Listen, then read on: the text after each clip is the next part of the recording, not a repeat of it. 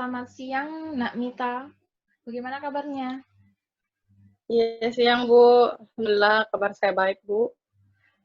Nak Mita tahun ini nggak pulang? Kan sekarang lagi musim libur. Tahun ini saya nggak pulang, Bu.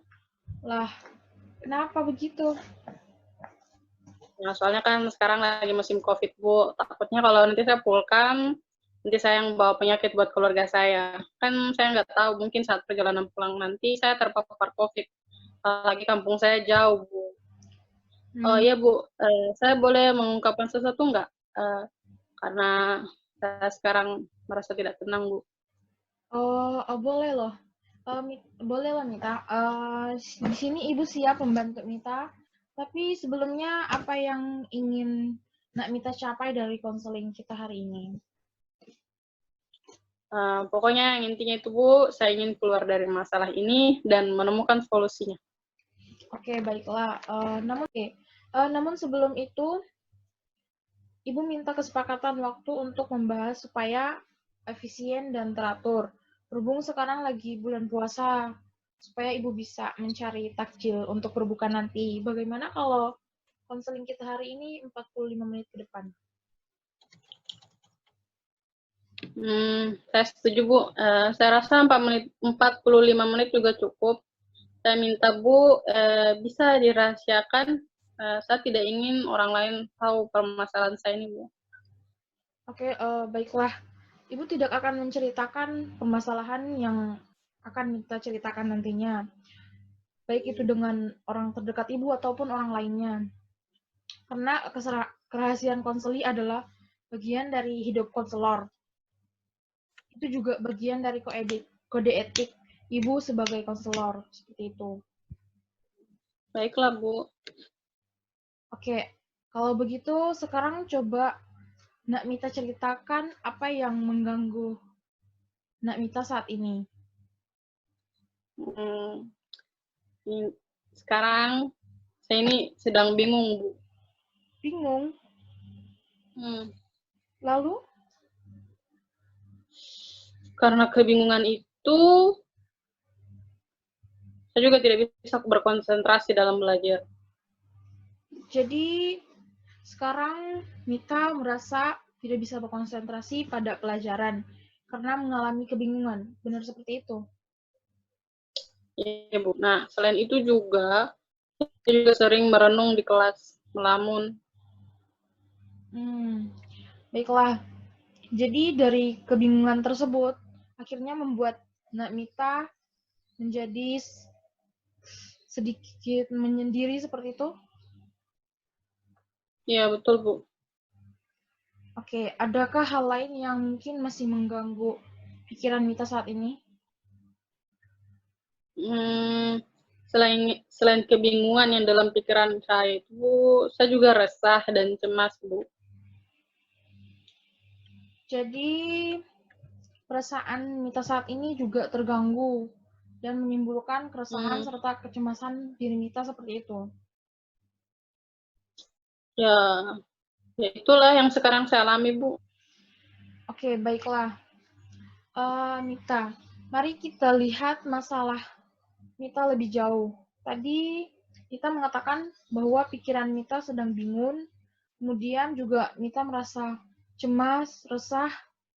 Nah, kalau Ibu boleh tahu, apa yang menyebabkan hal itu terjadi? Begini, Bu, saya kan sekarang sudah kelas 3, Bu, dan setelah lulus nanti saya mau melanjutkan ke perguruan tinggi. Lalu, Nah, sebenarnya sejak SMP itu saya punya cita-cita setelah lulus SMA nanti saya mau kuliah S1 jurusan bahasa Inggris. Nah, sayangnya harapan saya itu bertentangan dengan harapannya orang tua saya, Bu. oh, baiklah. Tampaknya ada perbedaan prinsip antara dalam menentukan masa depan Mita. Nah, sebenarnya apa yang membedakan harapan Mita dengan harapan orang tua Mita? Nah, harapan saya kan itu, Bu, ingin jadi sarjana bahasa Inggris dengan kuliah S1. Sedangkan harapannya orang tua itu inginnya saya kuliah D3, karena ketika D3 kan masih butuh biaya studi. Kemudian orang tuaku juga tuh berharap nanti setelah saya lulus dari D3 itu, saya bisa membantu orang tua saya untuk membiayai pendidikannya adik-adik saya, Bu.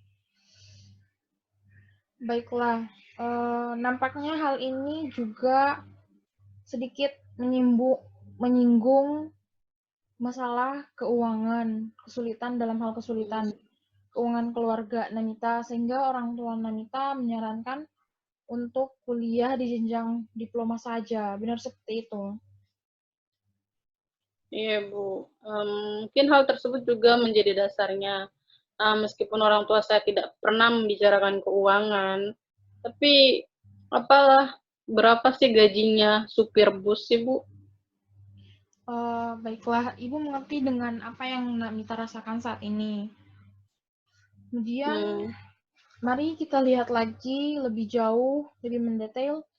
Apakah Namita masih ingat gambaran umum dari hasil tes minat dan bakat yang pernah Namita ikuti beberapa bulan yang lalu? Masih, Bu. Dan setelah dibandingkan, hasil tes itu juga sering saya pelajari kok, Bu. Oke, masih. Bagus, ternyata Namita orang yang penuh pertimbangan. Nah, apakah bakat khusus yang ditulis atau hasil tes tersebut sesuai dengan bakat yang sekarang Namita miliki? Cocok sekali. Dan itu bakat yang saya miliki itu ada di bidang bahasa, Bu. Lalu bagaimana dengan sifat-sifat positif dan negatifnya? Sifat positif saya itu teliti, tekun, tidak mudah menyerah. Sedangkan kalau sifat negatif saya itu kurang bisa mengatur waktu, penyesuaian dengan lingkungan baru itu rendah, Bu. Kayak begitu. Jadi dalam hal pembagian waktu, Mita masih kurang optimal. Kalau boleh Ibu tahu, apa hobi Mita? Hobi saya itu suka membaca buku, Bu. Berbagai buku. Berarti hobi Mita itu membaca buku. Lalu bagaimana dengan nilai-nilai hidup yang Mita perjuangkan saat ini? Nilai yang saya sedang perjuangkan itu, saya pengen banget menjadi orang yang bisa membantu banyak orang. Oke, selanjutnya kira-kira jika lulus nanti, kemudian Mita ingin melanjutkan kuliah di perguruan tinggi. Lalu universitas mana yang menjadi pilihan atau alternatif Mita nantinya? Yang akan saya pilih itu, yang terutama itu negeri, dan alternatifnya itu Universitas Negeri Makassar, Bu. Dan kalau tidak diterima, nanti saya akan masuk swasta, tapi yang sudah terbukti bagus, Bu. Oke, berarti Mita sudah mempunyai alternatif lainnya. Lalu bagaimana dengan harapan orang tua Mita saat ini? Kalau orang tua saya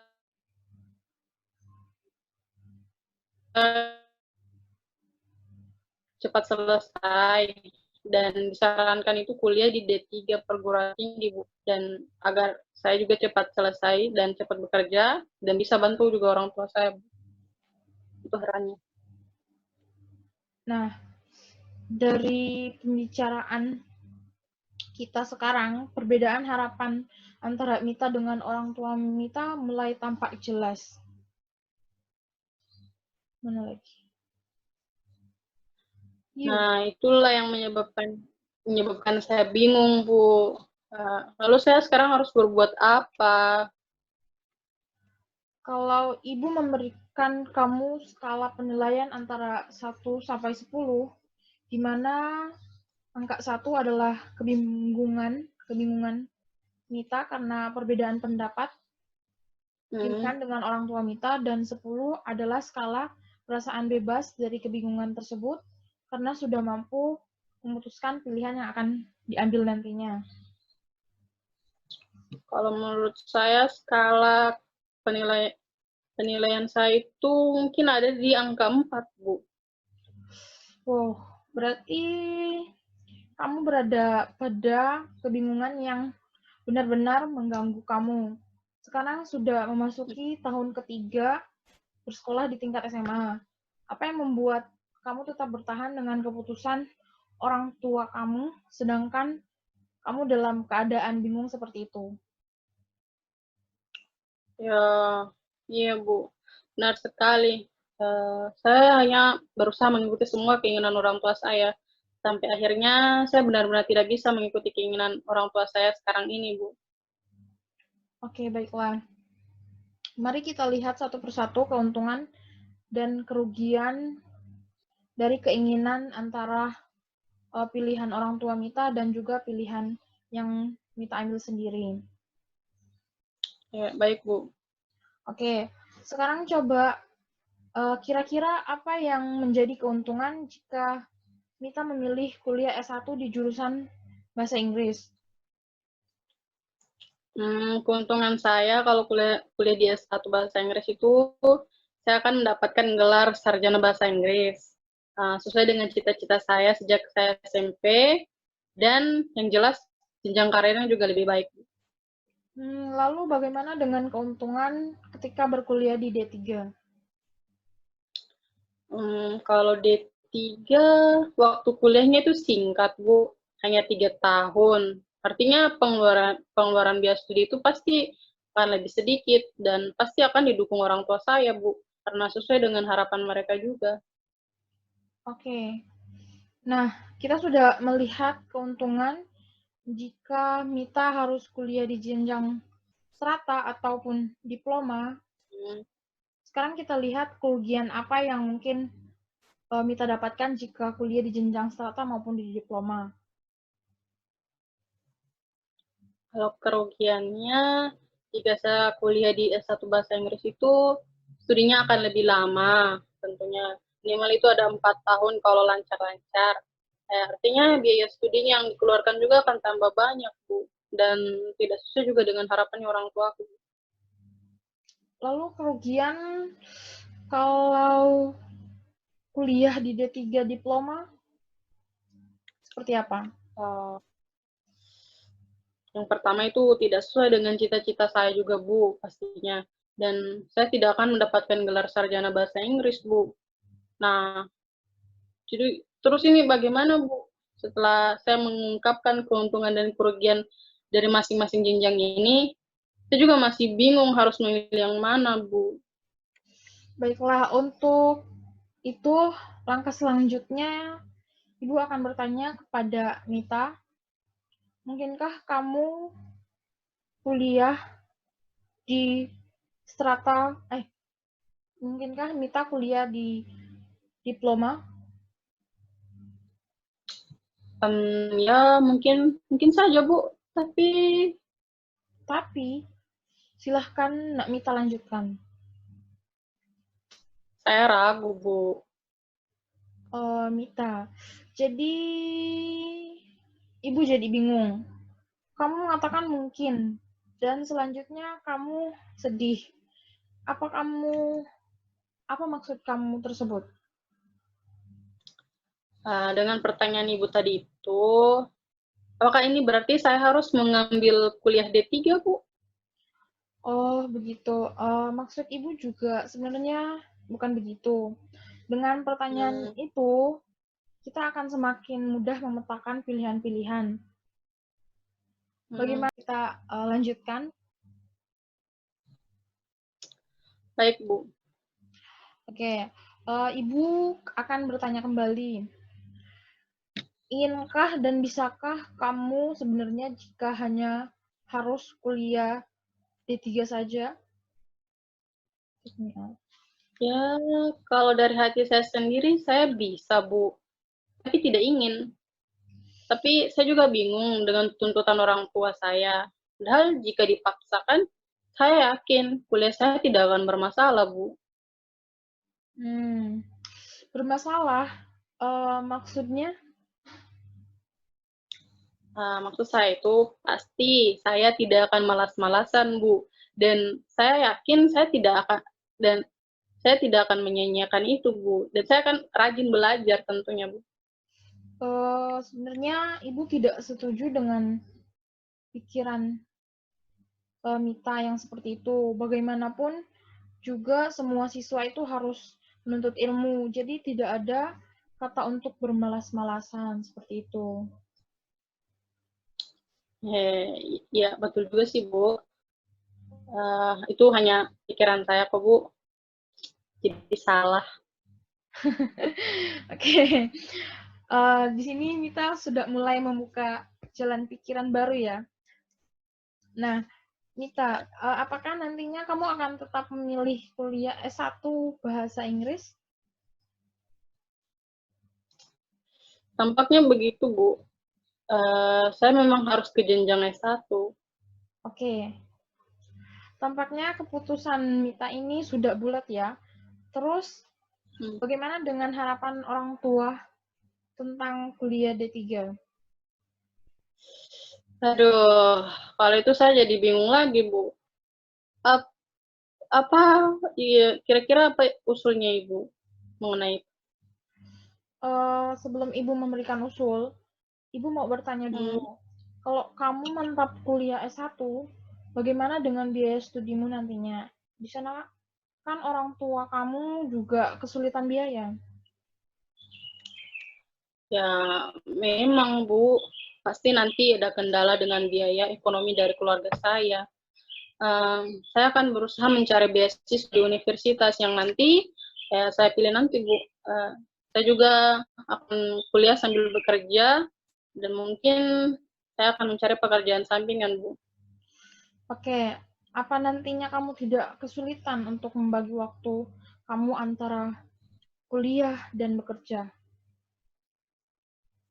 Ya, saya rasa saya mampu, Bu, karena jenis pekerjaan sampingan yang akan saya lakukan biasa kan kayak pekerjaan rumah saja, kayak gitu. Oke, yang kamu katakan itu karena kamu bersemangat atau hanya karena untuk mencari jalan keluarnya saja? Justru itu saya semangat, Bu. Oke, Ibu mendukung semangat kamu tersebut. Yakinlah kamu pasti bisa dan jangan cepat menyerah.